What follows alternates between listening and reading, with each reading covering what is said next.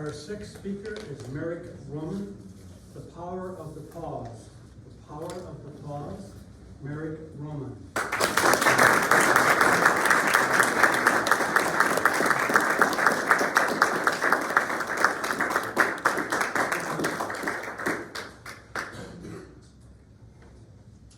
If silence is golden, then pausing is a golden ticket. Fellow Toastmasters, honored guests, imagine being in an audience in a well-production orchestra. You see the conductor waving his batons, many instruments playing, flutes, clarinets, all playing instruments seamlessly one note into the next. Now, imagine those instruments all playing all at once. No rhythm, no semblance, just a constant barrage of notes to our ears. Pausing is what makes music good. Bringing that rhythm in, bringing that melody is something that we in our speeches use every day. Now I want to talk to you about what I learned this lesson. I was delivering my presentation in the oil field to get out of the oil field. My ticket out of this coveralls right here from North Dakota into a nice suit so I could be in an air-conditioned office in Houston rather than being in minus 40 degrees in North Dakota. I was around my boss, my boss's boss, my boss's boss's boss, and my friends who were all wearing the same jackets just like this, shaking hands. We were going to deliver our presentation on the culmination of what we had learned in 3 years of being in the oil field, delivering on presentations that were going to deliver impact for our company and to be the next line of engineers at our organization. And it was just an audience just like this. We had a TV screen behind us with a PowerPoint presentation that we'd all been working on, and we'd given our 7-minute presentations. I come up to deliver my presentation. I get the clicker out, I go to click. All of a sudden, my PowerPoint slides were going one after another. Boom, boom, boom, boom. And I was looking there, dumbfounded. And instead of using those filler words that our Toastmasters hate, I paused. I saw with each one of those PowerPoint slides going by involuntarily, I saw my career in the office go up in flames. I was ready to take this suit off and put this jacket back on because I thought that's where I was going to be in the oil field. But I paused. I realized I was practicing this last night where I was putting on the cues so that I would know to transfer to each slide.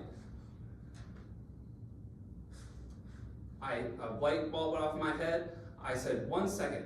Clicked, did a couple things, took off those cues, pressed the slideshow, and delivered the most authentic presentation I ever have given. And my boss was so impressed, and my boss's boss was so impressed that I was taken around to show, like, here's your new manager that we want you to come down and be in Houston, and look at this job right here. And that lesson of the power of the pause has always stayed with me. Now, the power of the pause has 3 vital functions. 1, it puts our mind in charge of our mouth. 2, it allows our audience to feel the impact of what we're trying to deliver as a speaker. And 3, and perhaps most importantly, it can create intrigue and suspense in our audience's mind. Now I want to talk to you about that orchestra metaphor that I started with. Our brains think in 600 milliseconds, creating words in our head, yet our mouths speak 175 words per minute. Think of an orchestra and the conductor again. Think of the conductor waving his baton, up, down, and our words, and those notes coming out 3 times faster than what the conductor can do.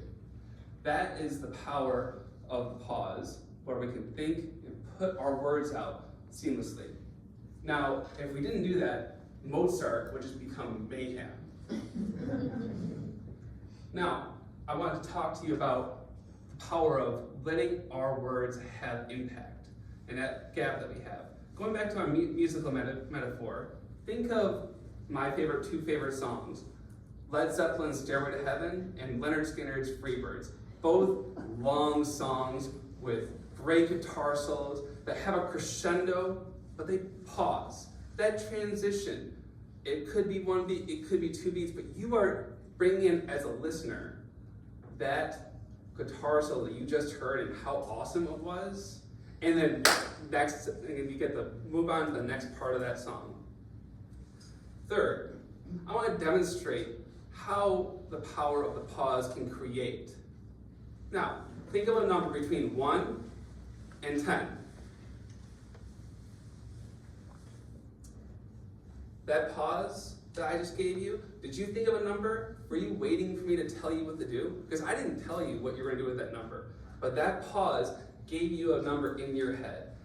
It created something, which is incredible as a speaker, that you are making something that someone's going to take with them that you wanted them to have in their head. So, in conclusion, I want to go back to that golden ticket metaphor. Having that Charlie in the Chocolate Factory golden ticket wasn't just about gaining entry. It was about the intrigue, the mysterious of what was behind behind the Chocolate Factory. Much like our speeches, those pauses give the speaker the ability to have our listeners find the magic in between those words. Because sometimes the most powerful thing you can say is nothing at all. Mr. Constance.